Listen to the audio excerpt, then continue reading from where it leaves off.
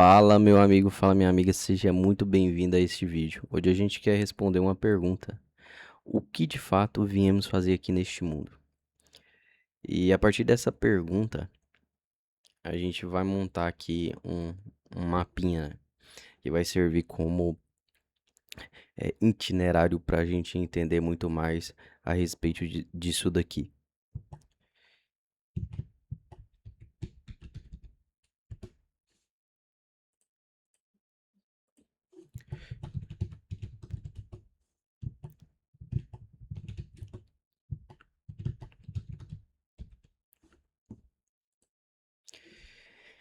Eu estava pensando a respeito do tema deste vídeo de hoje. E logo depois veio um dos contextos da minha vida, que foi quando eu estava em Goiânia. Teve um período que eu fiquei ali na casa da minha mãe. E aí eu lembrei que eu acordava de madrugada para assistir a Santa Missa Tridentina com o Padre Braulio, um excelente pastor. E, e aí depois desse período eu lembrei também que eu acordava de madrugada direto para... Por conta que eu trabalhava no presídio, né, e tinha as escalas ali de ronda noturna. Aí às vezes era 3 horas da manhã, 2 horas, 4 horas, né? Nesses períodos assim. E agora, acordando de madrugada também com filhos, né?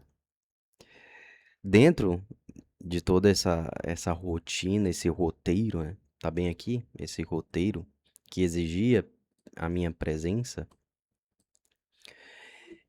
que corresponde também a alguns amores. Qual que é o amor de acordar e ir para a Santa Missa? O amor de Nosso Senhor, aquele que me amou primeiramente, né? Qual que é o amor de acordar de madrugada quando tem uma criancinha ali chorando? É uma presença que me convoca, né?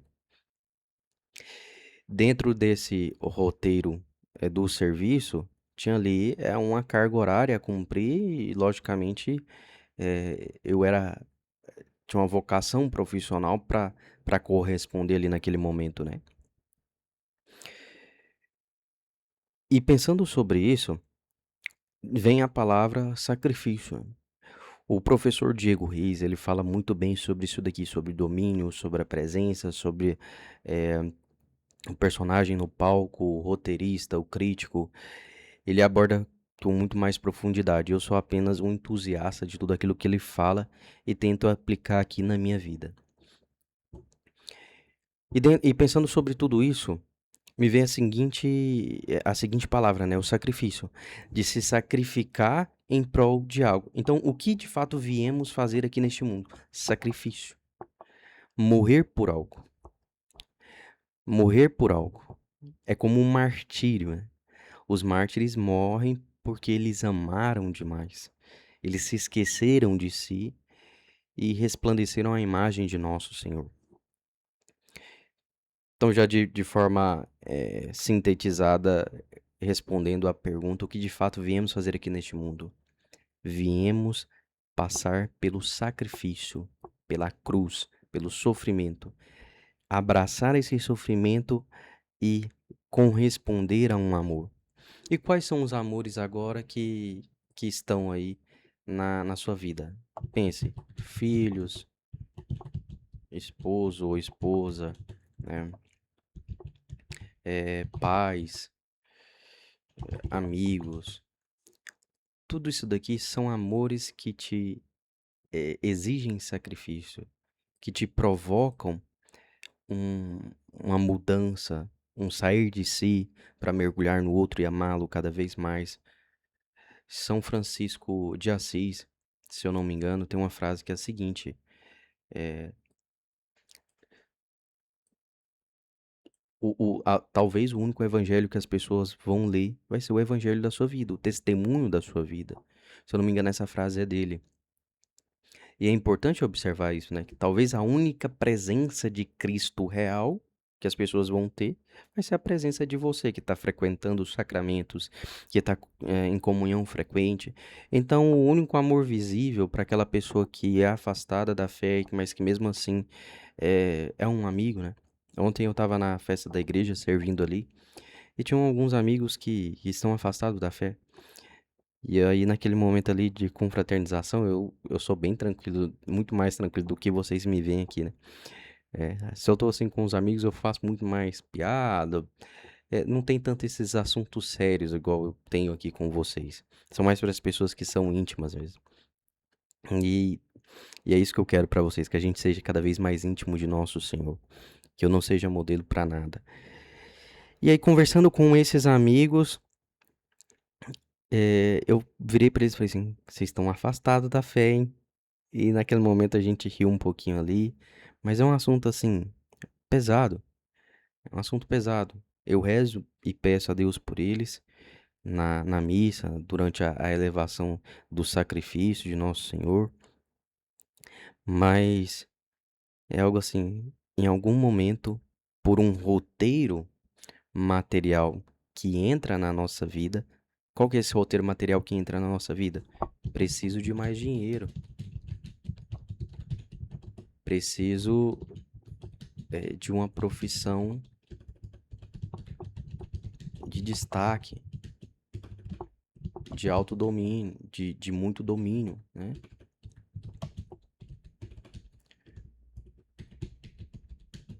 E reconhecimento.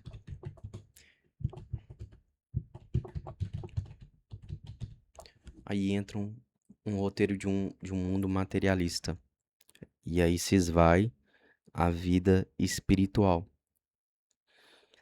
E aí, conversando com esses amigos, a gente brincou ali um pouquinho e eu falei isso pra eles, né? Então, existem amores que você precisa corresponder. Existem amores que vai te exigir sacrifício, que vai te exigir presença.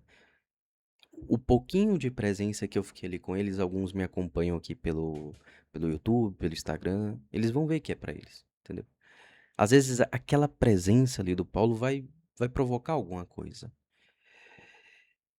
Então, nós temos que refletir sobre isso. As pessoas, elas não precisam de um crítico, né? Ah, de eu chegar nelas e falar assim, de eu ser um moralista, né? Ou aquele julgador, de olhar pra elas e falar assim, caramba, hein, cara, você tá só no pecado, isso, aquilo outro, puta que pariu. Se eu falar isso, eu sou um dos mais pecadores do mundo aí, quiçá, o filho pródigo, que vende tudo e que vai lá comer comida com os porcos. Eu sou um nada. Um nada, nada, nada, nada. Né? Se não for a graça de Deus, a presença de Deus, é aquilo que São Felipe Neri fala. Senhor, ficai comigo hoje, porque se não ficardes comigo, eu vos trairei, vos venderei. Eu penso nisso direto. Esses tempos atrás eu tava lendo o livro A Oração de Santa Fonte de Ligório. E aí naquele livro tem essa frase de São Felipe Neri. E aquela frase, naquele momento, ela cravou em mim de uma forma que eu tava pensando já em cometer diversos pecados mortais contra Nosso Senhor. E eu falei assim, é isso daqui, é isso daqui.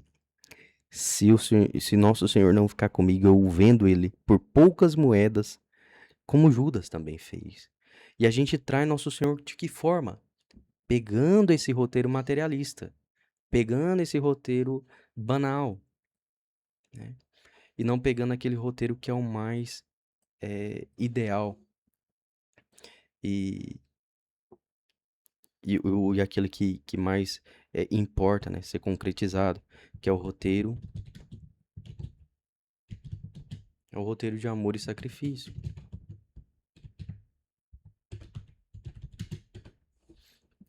Então é isso daqui, né?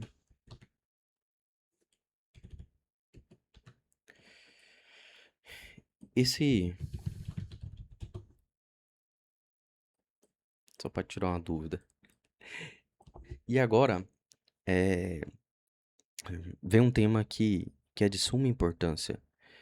Amores, a gente quer amar demais o mundo material, esse mundo que enferruja, que junta poeira, que, que é como esse lápis aqui. Minha filha, ela tem, às vezes, a mesma mania do que eu. Às vezes fica comendo, assim, né? Com o negócio na boca. E aí vai desgastando, né? Esse lápis aqui desgastado. a gente quer dominar o mundo, né? Aí a gente vai perdendo o domínio das coisas. Esse lápis aqui, eu já perdi o domínio dele, porque ele tá se deteriorando. Nosso Senhor foi lá e exerceu domínio sobre a morte. Então esse lápis aqui tá morrendo. Nosso Senhor vem e vence a morte, vence é, esse material que as larvas comem, né? Então, assim, pensando sobre a morte agora, pensando sobre o amor maior que a gente tem a corresponder, que é o amor de nosso Senhor, o que de fato eu preciso fazer, o que de fato eu vim fazer nesse mundo e como que eu posso concretizar esse chamado de amar cada vez mais. Você tem que olhar para as coisas ao seu redor e observar que nada aqui está no nosso domínio. É como o professor Diego Reis fala: nem a dor de barriga está no seu domínio, porque você não consegue segurar ela, entendeu? Então você tem que olhar para o Dominum, né, que é o Senhor em latim. Você tem que olhar para o Dominum e falar assim: como Cristo venceu a morte, como Cristo venceu essas situações de conflito. Como que, diante de um cenário onde tem uma prostituta ali e as pessoas estão julgando ela, né? Como diante daquele cenário ele se manteve sereno e conseguiu fazer com que as pessoas olhassem além de si, olhassem para além do seu próprio umbigo. É isso que a gente tem que observar, né?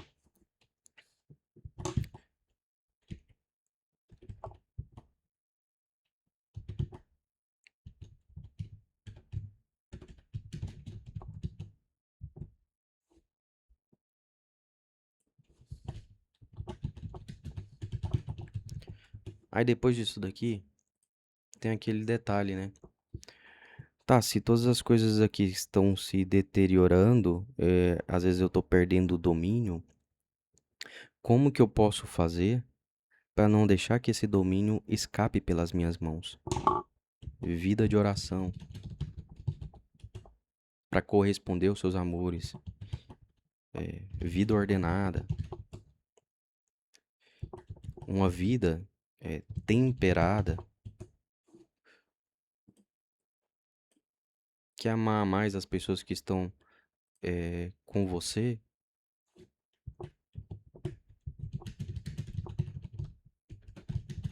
Fique na presença delas.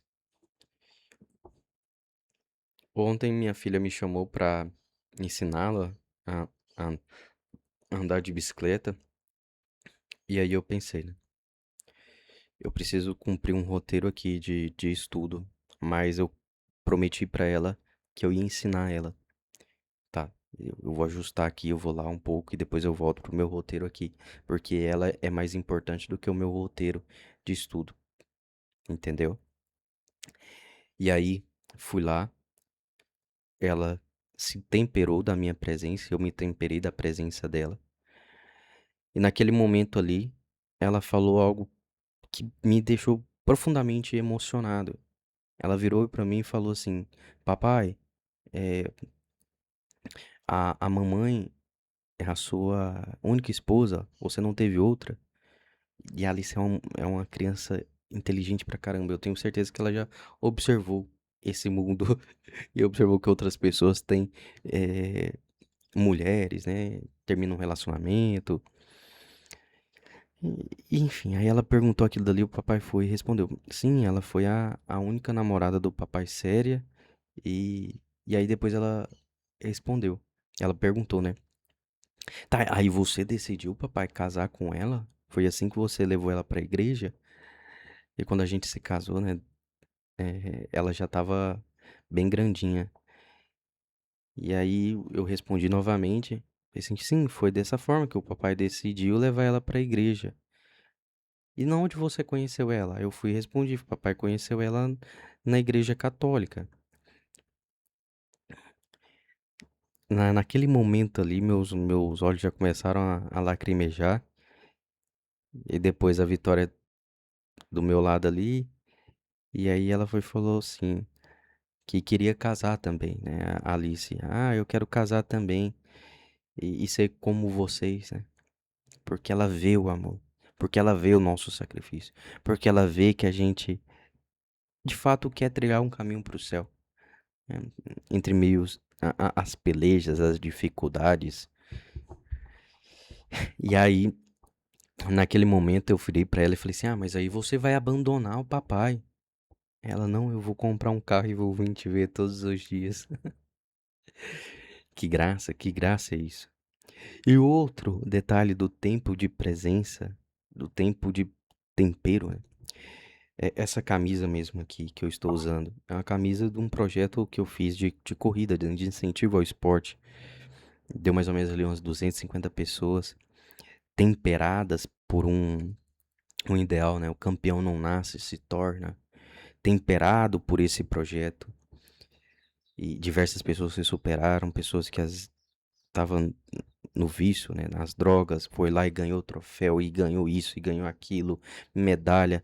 E, cara, foi um tempo bom, né? Foi um tempo de presença com diversas graças de Nosso Senhor. E aí depois, esses tempos atrás, eu tava com o Bento, meu filho, e a gente foi fazer uma caminhadinha ali na praça, e eu levei ele, e aí ele virou pra mim e falou assim: "Papai, eu quero que você me ensine a correr direito". O Bento sabe quantos anos que ele tem? Ele tem, se eu não me engano, são 3 anos. 3 anos que ele tem. E aí. E ele falou sério, sabe? Eu não vou brincando ou. Né? Ele olhou pra mim dentro do meu olho e falou assim: Papai, eu quero que você me ensine a correr sério, direito. E aí eu fui tentar ensinar ele ali a correr. O que que ele quer? Ele quer dominar algo que o dominam dele, o dominam que para ele é eu, né? Que pra ele eu sou. Eu e a mãe dele, né, somos com uma imagem de uma hierarquia de alguém a corresponder, né? É, de obedecer. É como a gente, filho de Deus, e a gente tem uma hierarquia, né? Tem os mandamentos, né? E aí, e aqui em casa também tem alguns mandamentos. E aí ele olha, o- aquela criancinha ali olha para aquela imagem do rei ou do senhor que eles têm. E fala assim: eu quero ser um pouquinho como ele. Ou quero ser um pouquinho como ela. E é assim que a gente vai correspondendo a de fato essa pergunta aqui, ó. O que de fato viemos fazer aqui neste mundo? Se não nos temperar da presença de nosso Senhor, dessa forma também temperar as outras pessoas, ordenar a nossa vida, ter hábitos, virtudes, fugir dos vícios, daquilo que corrompe a nossa alma. Pra você ver, né? A gente não tem domínio sequer de um lápis. Comprei esse lápis estava perfeito, estava na sua máxima excelência, e aí ele foi se deteriorando. E aos poucos a gente vai ficando velhinho, velhinho, né? E vai ficando todo frágilzinho, vai perdendo vitalidade. Os santos não. Os santos, eles iam se definhando, mas a sua essência exalava, né? São Domingos de Gusmão. Hoje é dia dele, de São Domingos de Gusmão, 8/8/2026. Esses tempos atrás eu tava lendo um pouco da obra e vida dele. As pessoas, tamanha santidade dele, que depois que foi, né, fazer ali a... Tem todo um roteiro, né, pra ver o processo canônico, o processo de beatificação, quer dizer, pra canonizar aquela pessoa como sendo santa. E aí foram no túmulo de São Domingos de Gusmão. Depois de abrir esse túmulo com diversas pessoas em volta ali, o odor que exalava daquele túmulo era um odor forte, mas um odor forte e suave no sentido de ser bom, no sentido de ser um odor, um perfume, né? Um perfume de fato do céu. Tamanha santidade que mesmo após a morte ainda exalou um perfume suave e agradável a Deus. E isso tem as correspondências aí, os escritos para vocês observarem a vida deste homem. Então é isso. É isso que a gente tem que buscar de fato. Sacrifício, renúncia e entrega. Fiquem todos com Deus. Um forte abraço.